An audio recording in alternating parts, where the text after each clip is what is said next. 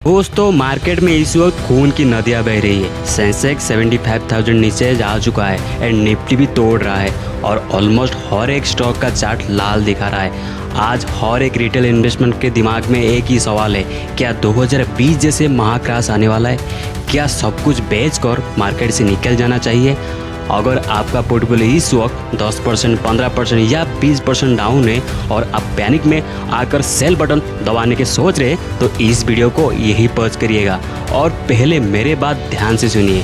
आज की वीडियो में हम सिर्फ हाव में बातें नहीं करेंगे, मैं आपको करंट मार्केट न्यूज का एग्जैक्ट रीजन बताऊंगा कि यही फॉल आखिर आ क्यों रहा है और सबसे इम्पोर्टेंट मैं अपना पर्सनल म्यूचुअल फंड और स्टॉक पोर्टफोलियो आपके सामने लाइव ओपन करके दिखाऊंगा कि इस गिरते हुए मार्केट में मेरी क्या हालत है और मैं क्या स्ट्रैटेजी यूज करता हूँ। वीडियो को एंड तक जरूर देखना क्योंकि लास्ट में मैं एक ऐसी स्ट्रैटेजी शेयर करूंगा जो इस पैनिक मार्केट में आपका बड़ा लॉस बचा सकती है। चलिए शुरू करते हैं।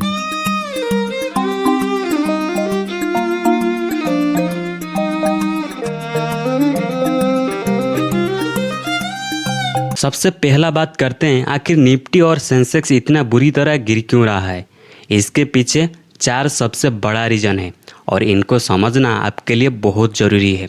रीज़न नंबर 1, मिडिल ईस्ट में वार और टेंशन। दोस्तों इस वक्त इजराइल, ईरान और यूएस के बीच टेंशन आपके पीक पर है। ये सिर्फ दोस्त की लड़ाई नहीं है, इनने ग्लोबल सप्लाई चेन को हिला के रख दिया है। स्ट्रेरिप और हॉर्मुज जहां से दुनिया का 20% ऑयल गुजरता है वहां ब्लॉकेड्स और अटैक की न्यूज आ रही है। ग्लोबल मार्केट इस अनसर्टनिटी से डर गया है। Reason number 2, crude oil $800। जब भी वार होती है ना, ऑयल के दाम आसमान छू जाता है। ब्रेंट क्रूड ऑयल इस वक्त $100 पर है एंड के पास है एंड ट्रेड कर रहा है। इंडिया अपने 80% से ज़्यादा ऑयल इंपोर्ट करता है। जब ऑयल महंगा होता है तो हमारी इकोनॉमी पर असर पड़ता है, इन्फ्लेशन बढ़ता है, कंपनी के रॉ मटेरियल महंगा होता है और प्रॉफिट मार्जिन गिर जाता है। यही डर स्टॉक मार्केट में दिखाता है। रीजन नंबर 3, FII की heavy selling. Foreign institutional investor FIIs लगातार अपने पैसा इंडिया मार्केट से निकल रहा है। जब दुनिया में डर का माहौल होता है ना, तो फॉरेन इन्वेस्टर इमर्जिंग मार्केट से पैसा निकालकर सेफ एसेट जैसे गोल्ड या US डॉलर में डाल देते हैं।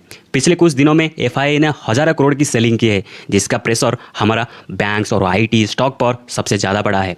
रीजन नंबर 4, गिरता हुआ रुपी। US डॉलर के मुकाबले हमारा रुपीस रिकॉर्ड लो पर आ गया है। 92 के लिए लेवल पार ट्रेड कर रहा है, यानी कि ये फॉरेन इन्वेस्टर के लिए एक और नेगेटिव सिग्नल बन जाता है। तो सिचुएशन सीरियस है, इसमें कोई शक नहीं, लेकिन क्या इसका मतलब यही है कि इंडिया की ग्रोथ स्टोरी खत्म हो गया?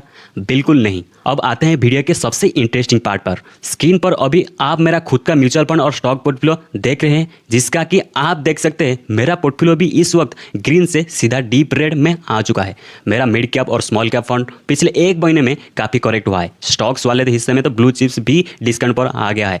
क्या मुझे डर नहीं लगता?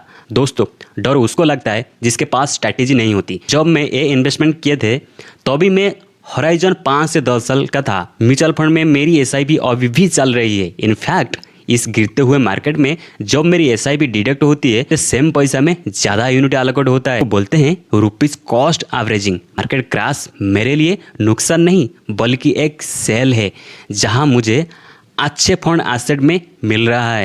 अगर आप नोटिस करेंगे तो मेरे पोर्टफोलियो में लार्ज कैप या इंडेक्स फंड का ड्रॉप उतना ड्रास्टिकल नहीं हुआ है जो मैं इंडेक्स फंड किया हूँ। लाइक पर जो मैं लेने जा रहा हूँ, मैं फिलहाल के लिए 4 स्मॉल कैप लिया हूँ, तो उसमें देखो 4 थोड़ा डाउन गया है बट एक फ्लेक्सी ज़्यादा डाउन नहीं गया है। अब सवाल यही है कि आपको क्या करना चाहिए। मैं आपको 3 क्लियर एक्शनेबल पॉइंट दे रहा हूँ।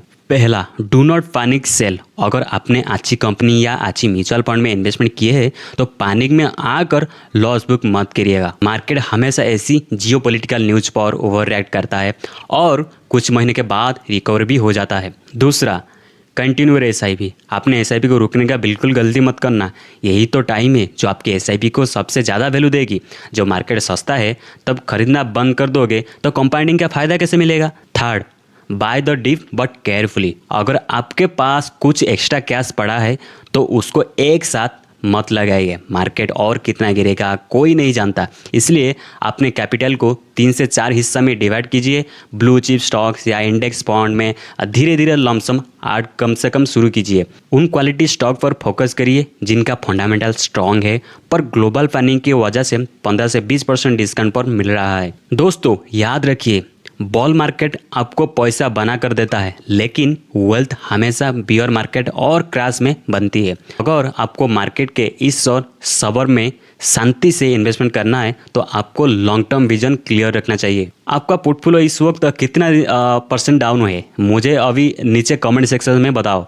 देखते हैं हम सब किस लेवल पर हैं। और अगर ये वीडियो हेल्पफुल है और आप ऐसी transparent and honest market analysis आगे भी देखना चाहते हैं तो वीडियो को एक लाइक जरूर कर देना। चैनल को सब्सक्राइब करके बेल आइकन को दबा देना ताकि अगली स्ट्रैटेजी वीडियो मिस ना हो।